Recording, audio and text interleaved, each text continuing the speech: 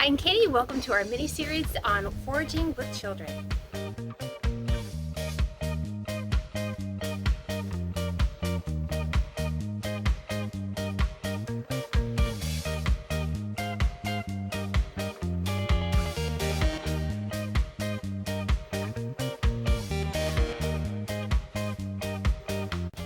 Foraging has so many benefits for people who are worried about where they're going to get food, if something should happen to the grocery stores, to people who are wanting to get more nutrition in their diets. Usually where you're foraging food in the wild, or even in your own yard, the area has been undisturbed for some time, which means there's more nutrients in the soil that the plants are pulling up, and that means more nutrition for you.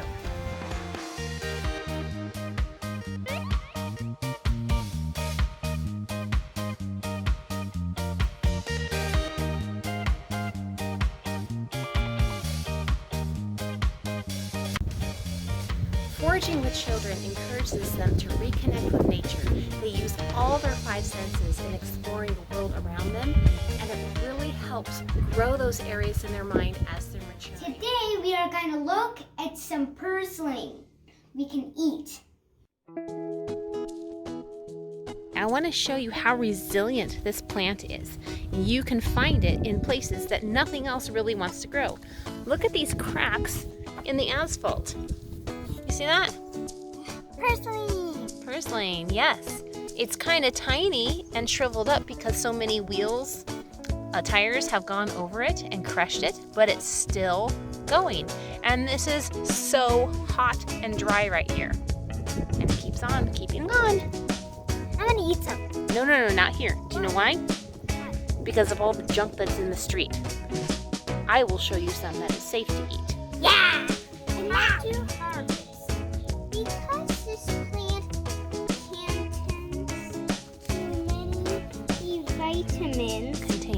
contains too many vitamins, Minerals, antioxidants, and other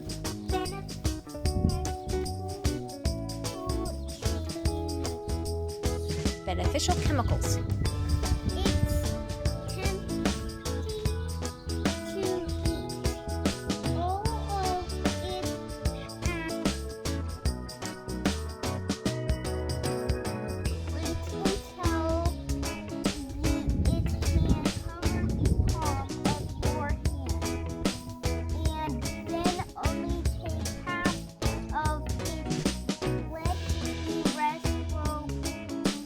So there is a poisonous mimic, and you'll see it right here. It's prostate spurge. Prostate spurge is very thin, and when you pull off a piece of it, it has that milky substance that comes out, and it's all very, very skinny and flat.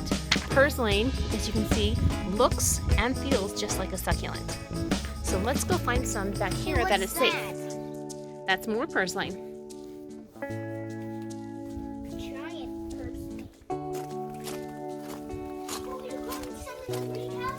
I am. Oh wow, you let some grow here. How did it grow here? So this right. What's that? This is not purslane. This is just some other thing that came up with it. That is not purslane, but this Hey, what's that? is. So that is purslane. And I just take Where's off. the palm? So you're measuring it on the palm of your hand to make sure we didn't take too much. We kind of took a lot. But this is, yeah, we took up the whole thing. This is purslane. Let's know that's a separate plant, so that one will stay there for a little while.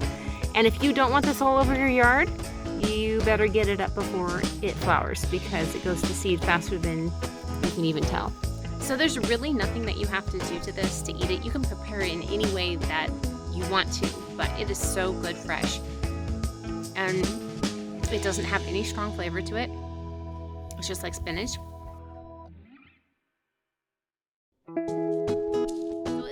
It has its own flavor. It's a unique flavor. It's not exactly like spinach, but it's very similar to, there's almost no taste there. So you can put this in salads. You can even put it in smoothies, in soups, stir fry, whatever you like. Of course, the less processed it is, the more beneficial it will be to you. It's got a huge variety of vitamins and minerals in it, and it is the most high in omega-3 fatty acids of any plant on the planet. So people who are chasing after fish oil and now algae in capsules, you're still missing the boat. Haha. Purslane's got you beat. Here's some more right here. See? Here, I get you. I ate like 5 or 6. So you can see right here it's got a red stem. Most of them have a red stem, but you can get a green stem variety. The leaves are very thick and succulent, just like a succulent. And the stems are very round. So the smaller the plant is, yes, that's the one you were eating earlier. The smaller the plant is, the more mild the flavor. And the larger it is, the more you'll actually taste a peppery flavor to it.